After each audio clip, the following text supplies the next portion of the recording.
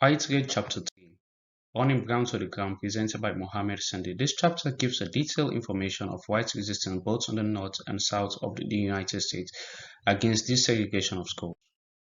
The time period of burning Brown to the ground falls under the days of Jim Crow laws in 1890, which overwhelmed and destroyed the lives of black people into the 20th century. Let's take a look at this video quickly.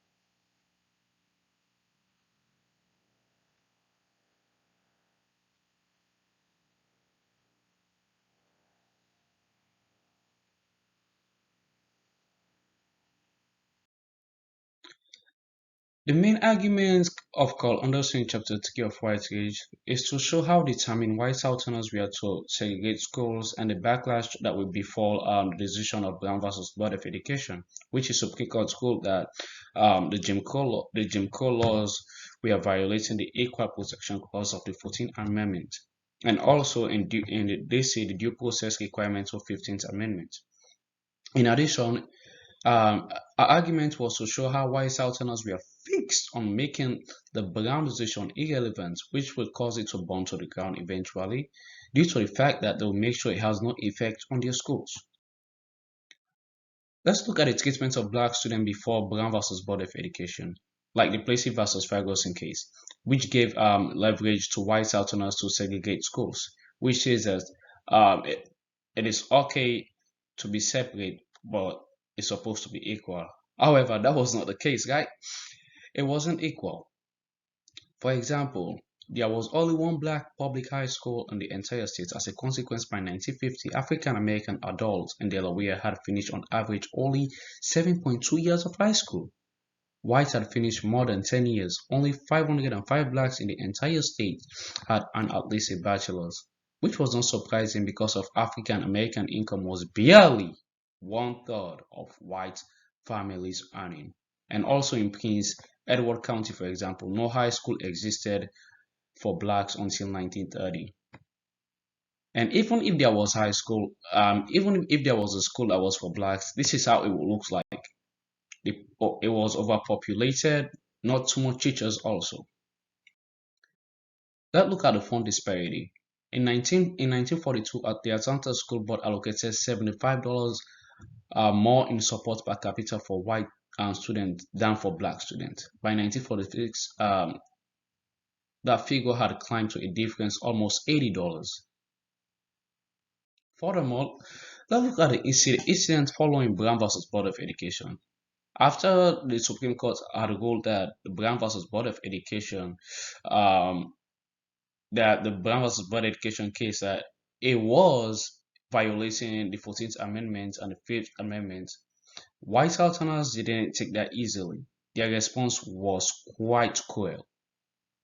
Their cruelty was shown through visual images of violence, like the murder of Emmett Till, the housewife that were surrounding traumatized Elizabeth Eckford on the first day of high school, and also National Guard guarding a 6-year-old Ruby Bridges. And also, furthermore, white reaction didn't only stop at like violence and all that, but also they continue to come up with laws and maneuvers that will actually stop the Brown case.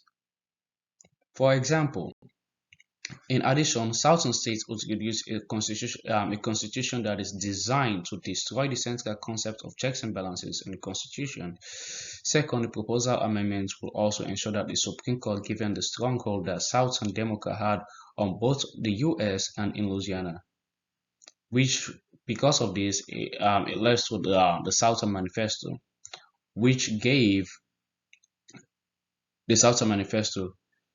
gave level of government to defy the U.S. Supreme Court until, with the federal judiciary and African American tiring of the fight, Brown simply collapsed. Also, this caused the efforts of NAACP effort to desegregate schools to halt due to them being targeted and most of all them being kicked out of the South. For example, for 8 years, at the peak of the civil rights movement, which had been spurred on by Brown, the association was severely hampered in the South. Not until 1964 could the NAACP resume operation in Alabama.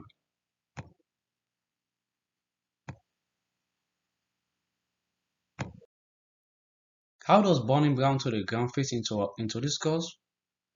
Burning Brown to the ground fit perfectly into a cause because it shows how white Southerners were never willing to desegregate in any form in terms of school, voting, and housing. Also, it shows the effects of segregation on the lives of colored people and how backwards they became due to the fact that they didn't have any education. And also, it reveals the struggle of civil rights movement in America, like how they have been targeted and but they kept on persevering through even though when their lives were at stake.